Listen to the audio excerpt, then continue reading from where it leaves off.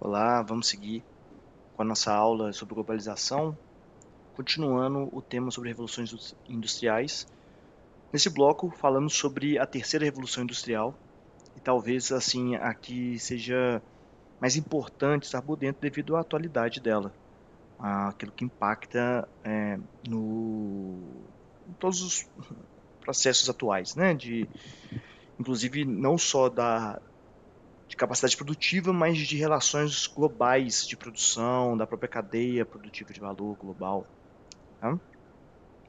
Mas vamos lá. A revolução técnico-científica informacional, agora sim nós podemos falar nesse meio técnico-científico informacional, né, igual eu havia falado com vocês anteriormente, que o meio técnico não pressupõe isso, né? São termos que temos que tomar cuidado para não misturar. São dois termos que têm tudo a ver um com o outro, porém, né, o técnico científico informacional tem a ver com o que estamos passando, como eu disse, nesse período do capitalismo, nesse período da globalização. É um período marcado pela robótica, pelo desenvolvimento da indústria genética, informática, telecomunicações e eletrônica. E os precursores desse processo mais uma vez os Estados Unidos, aí agora entra a Alemanha e o Japão. E vamos falar sobre o toyotismo também, que é importante falar dessa forma administrativa de indústrias. Recapitulando o que nós estamos vendo desde então, é que nós, né, iniciamos ali sobre as revoluções industriais, falando sobre a primeira revolução industrial, que foi marcada aí pela mecanização, a introdução da máquina a vapor e do carvão. A segunda revolução industrial, que já foi um processo de produção em massa, né, e aí mais uma vez lembrando do Fordismo, com a base do petróleo e da eletricidade, como as tecnologias muito importantes nesse momento, para esse funcionamento da modernização da indústria. E agora, o que podemos trazer, né, para a terceira revolução é a produção automatizada, que utiliza da programação, dos computadores, da eletrônica e da tecnologia de informação. Pode-se falar em o início, pode-se falar em uma quarta revolução industrial, né? Desde que seja bem importante lembrar que ela está muito vinculada ainda à terceira, né? Ainda há uma contradição se estamos de fato numa quarta revolução, mas considerando ela, lembrar sempre desse forte vínculo que tem com a terceira. Porque agora, o que entra, né, nesse processo, que já estão assim compreendendo essa quarta revolução, é o uso da inteligência artificial, né, do Big Data, também daquela capacidade de processar informações, muitas informações de uma velocidade muito rápida.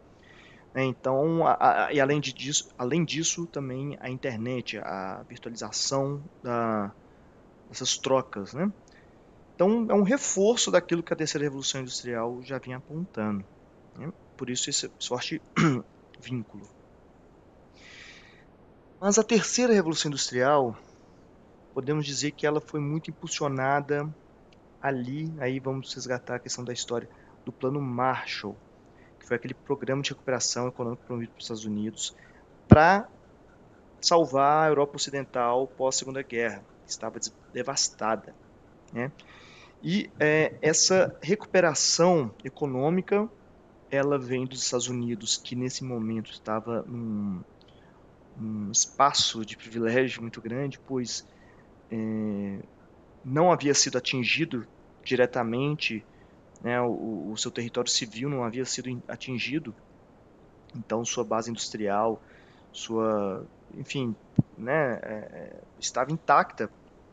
Eu falo o espaço civil porque teve, né, o bombardeio em Pearl Harbor, mas que foi um espaço militar muito específico, mas que a resposta foi breve e já não houve mais grandes perdas nesse sentido. Mas a entrada dos Estados Unidos na Segunda Guerra Mundial foi também estratégica nesse momento em que não durou muito tempo, né? Então, em termos estratégicos de investimentos em armamento, etc.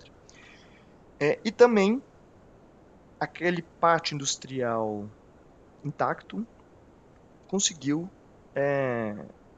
sustentar em partes assim a demanda, o consumo de grande parte do mundo. Ou seja, Houve ali quase um monopólio industrial dos Estados Unidos pós Segunda Guerra Mundial. Não exatamente isso, mas foi muito privilegiado nesse sentido. E além disso, com muitas reservas, conseguiu emprestar algo que fica em torno aí de 1/3 a 1/4 do PIB da época, né, dos Estados Unidos. Ou seja, é muito, muito dinheiro que foi emprestado. Mas isso, para além de uma vontade de recuperar esses países, é também de fincar a influência dos Estados Unidos nessa parte da Europa. Pois nesse mesmo momento havia um avanço do comunismo, né? Inclusive a União Soviética tinha também uma espécie de plano Marshall, que era a Comecon, que era também uma ajuda mútua, né, econômica para o desenvolvimento dos países que estivessem vinculados à União Soviética. Então também tem esse teor de resposta, né, de influência naquele local, certo? E ali são algumas cifras, né, sendo o Reino Unido o mais beneficiado por isso. Logo depois França, Itália, Alemanha e outros países também, como vocês podem ver. Lembrando que não só foi o Plano Marshall, né, se esteve ali na Europa, porém outros países asiáticos tiveram também uma espécie de empréstimo dos Estados Unidos, como o próprio Japão, por exemplo, que ficou sob domínio dos Estados Unidos por um tempo, né, mesmo para afirmar a influência dos Estados Unidos nesses locais e um posicionamento da bipolaridade que o mundo tomou até ali a queda do Muro de Berlim. Mas enfim, eu quero dizer que esse dinheiro, esse volume emprestado, serviu para vários setores de reconstrução de cidades, né, do saneamento básico, das escolas, enfim, mas também para reerguer a indústria europeia. E aí, como eu havia falado sobre o Japão, lá na década de 70, agora já na década de 70, vai ser desenvolvido o Toyotismo, que é uma espécie de administração pós-fordista, que revolucionou a forma de administração da produção industrial, né? Algo que o David Harvey chama de acumulação flexível. E também nós podemos dizer que é uma terceirização da produção. Se no Fordismo a ideia era centralizar a produção em uma planta industrial, ser tudo centralizado e haver esse controle rígido naquele local, o Toyotismo já pensa ao contrário. A produção pode ser distribuída espacialmente e cada uma dessas partes tem lá suas vantagens locacionais. Por exemplo, na cadeia produtiva, de onde vai sair a matéria-prima, onde ela vai ser transformada em algum produto de um bem de produção e depois né, incorporação de mais e mais tecnologia nesse produto. Tudo isso vai ter uma lógica locacional específica, mas está muito mais flexível do que, por exemplo, no Fordismo, certo? E aí nós até vemos essa imagem que mostra algo real, né, um exemplo real de como que para se montar uma aeronave é necessário buscar peças em várias partes do planeta, né? A centralização da montagem desses aviões pode ser num local específico, mais uma vez com as lógicas locacionais do local, porém, cada país ali com sua especialização, cada empresa com sua especialização, melhor dizendo, para poder fornecer esses materiais para a construção de uma aeronave completa. Então, nós temos aqui cadeias globais de valor, pois para se produzir uma aeronave envolve cadeias complexas espalhadas por vários locais. Também temos aqui o just-in-time, que é um conceito diferente daquele do Fordismo, que se produzia estoques. Aqui já é a produção sobre demanda, visto que o estoque aqui pode ser visto como um custo, em vários sentidos. um custo logístico, um custo de depreciação, um custo de descartes, enfim, pode haver. O estoque, nesse caso, representa custos, mas dependeu também muito da circulação livre de capital e de mercadorias, né? Bom, claro, além do transporte, além da indústria do transporte também ter sido desenvolvida e sendo mais barata e rápida, foi necessário também a constituição de aberturas aduaneiras para que não houvesse um acréscimo do valor por essas mercadorias estarem atravessando diferentes fronteiras nacionais. Okay? Não posso deixar de falar também do volvismo, que aí já veio em 1990, ainda dentro do contexto da Terceira Revolução, mas que, falando rapidamente, envolve ultra automatização dos processos.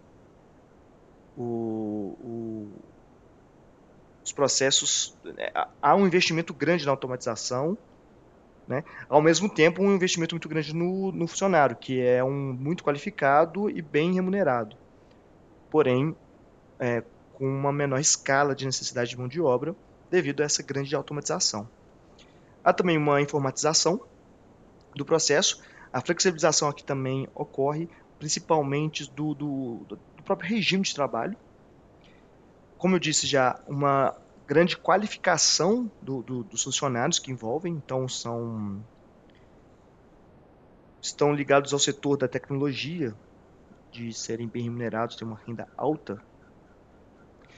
E também um fator aqui, que é a sindicalização, a forte presença dos sindicatos protegendo esses trabalhadores e possibilitando ali a manutenção de direitos e o ganho de direitos também trabalhistas. Mas, bom, o que tem a ver a revolução tecnocientífica informacional e a globalização? Tem muita coisa, tem muitas coisas. Aqui eu listei algumas, vou até dar uma licença aqui. A integração da economia mundial. Primeiro, processo contraditório que envolve simultaneamente inclusão e exclusão, centralidade e marginalidade. Assim, há uma conexão de áreas em que se tornam mais centralizadas e outras mais marginalizadas. Olha só, acabei de falar sobre a produção de uma aeronave. E posso dizer com toda certeza que esses produtos mais tecnológicos são produzidos em territórios mais centrais, que centralizam tecnologia, capital, mão de obra qualificada. Mas para produzir algo tecnológico, precisa da matéria-prima. E essa matéria-prima continua sendo produzida naqueles locais, naqueles territórios marginais, que se especializaram nesse tipo vamos dizer, de economia. Né?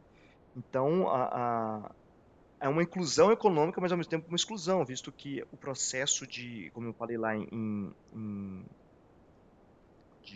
da divisão internacional do trabalho, haverá aqueles locais mais especializados na produção de matéria-prima. Ação das multinacionais. A tecnologia permitiu que as empresas espalhassem sua produção, ou seja, muitas passaram a ser transnacionais, mais uma vez utilizando da flexibilidade, da acumulação flexível, como diz David Harvey, né? Então, a holding continua ali num território central, dinâmico, e pode fragmentar a sua produção de uma mesma empresa, jogando as plantas industriais, as partes mais relacionadas aos trabalhos menos valiosos, né? Em territórios menos dinâmicos, mais marginalizados. Aqui também há a economia de rede, que possibilita a ligação entre lugares distantes a nível muito escalar, ao mesmo tempo em que afasta e marginaliza determinadas localidades adjacentes. Também a globalização financeira, a circulação cada vez mais fluida do dinheiro em nível global, como as transações bancárias e até mesmo as criptomoedas, né? E aqui eu falando mais uma vez da importância da livre circulação do capital. Ficou mais fácil a partir da tecnologia de informação e também da tecnologia de transporte.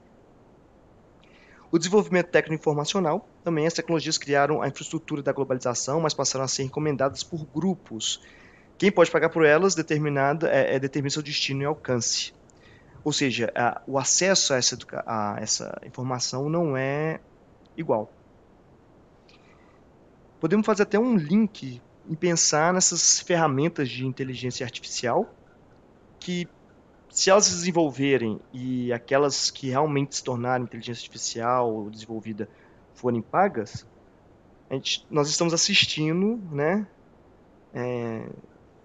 sabe, muito evidente esse início de uma nova segregação daquelas ferramentas mais tecnológicas, mais úteis, e aquelas ferramentas de inteligência artificial que são mais aquela versão demo, né, que é gratuita, mais para se desenvolver uma tecnologia ali nos seus momentos iniciais. Isso pode gerar, mais uma vez, um tipo de desigualdade, vendo essa questão aí da encomenda, mas da exclusão também de grupos que podem acessar ou não.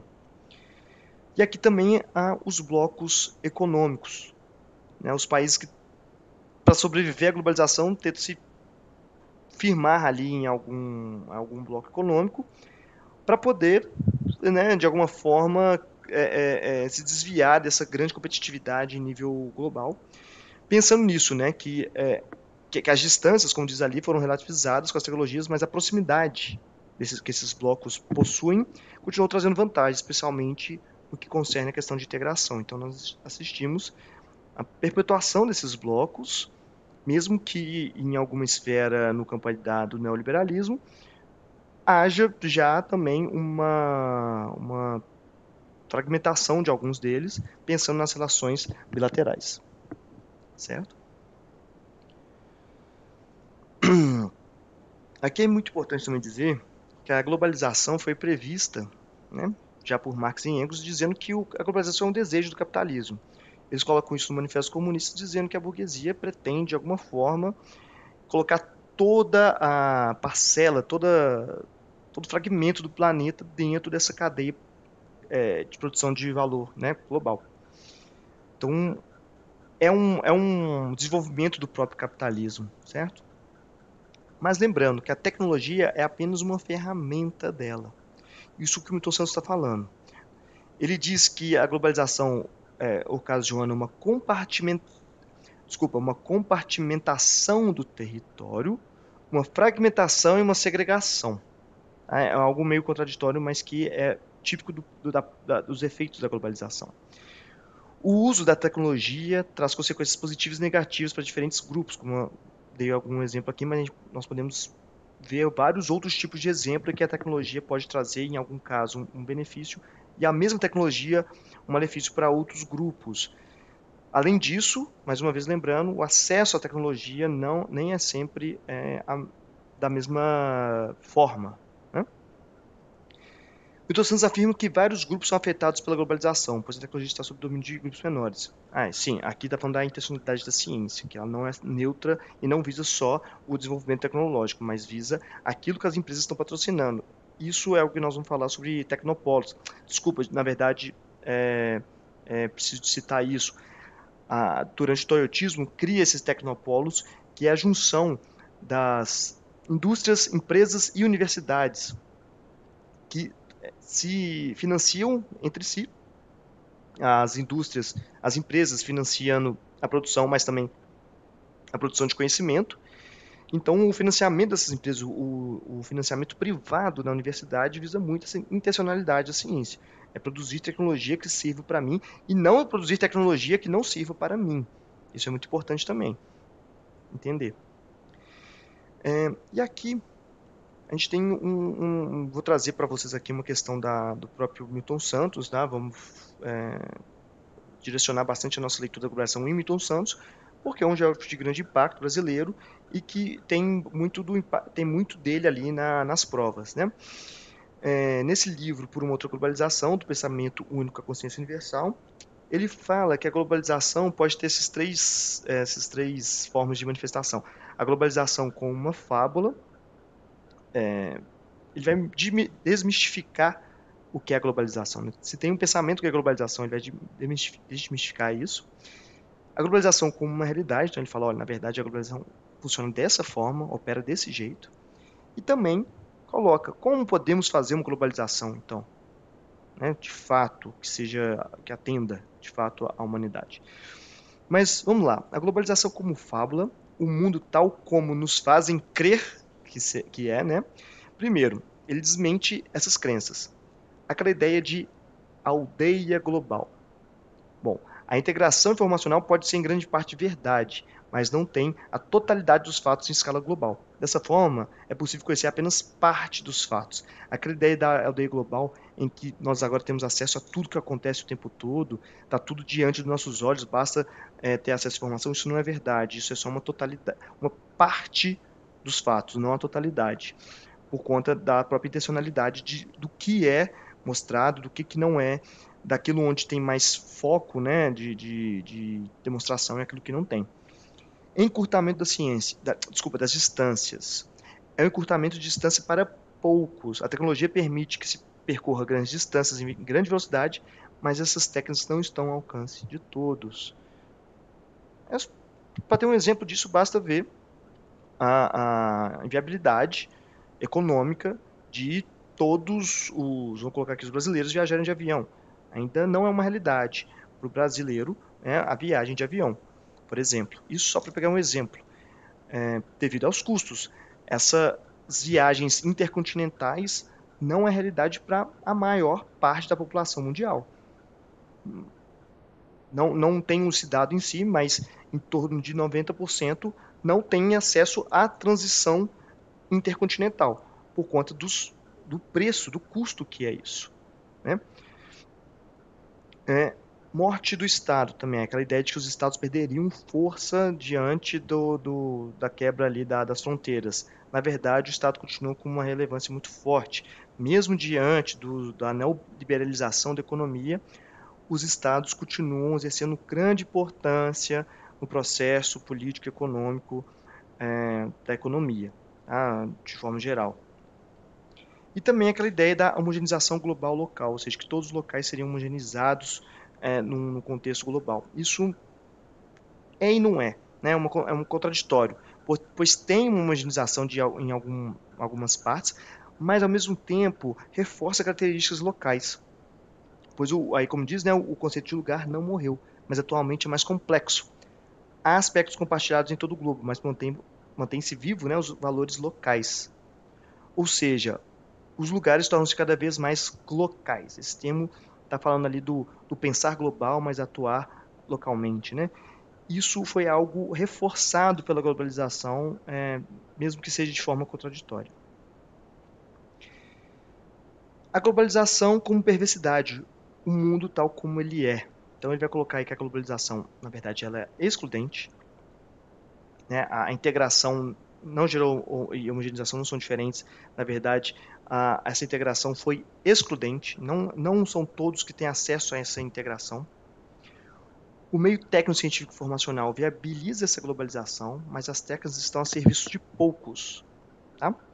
Por isso se fala em globalização perversa. A globalização, na realidade, favoreceu a concentração de renda.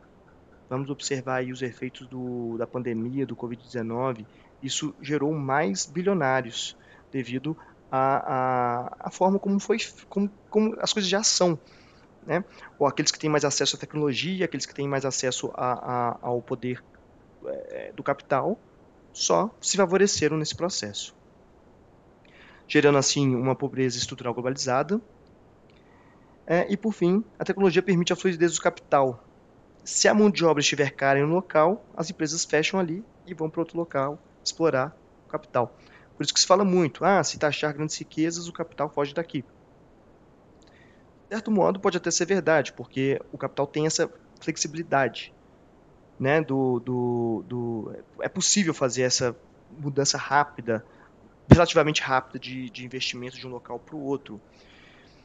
Bom, não vamos entrar nesse assunto, mas é possível, né? Tem propostas de como se evitar esse tipo de migração, mas vamos deixar aí para o próximo slide, que é, na verdade, o mundo como pode ser uma outra globalização. Então, esse aqui é o ponto em que o Milton Santos vai trazer aquilo que ele acredita como uma possível um novo mundo, uma nova forma de se globalizar.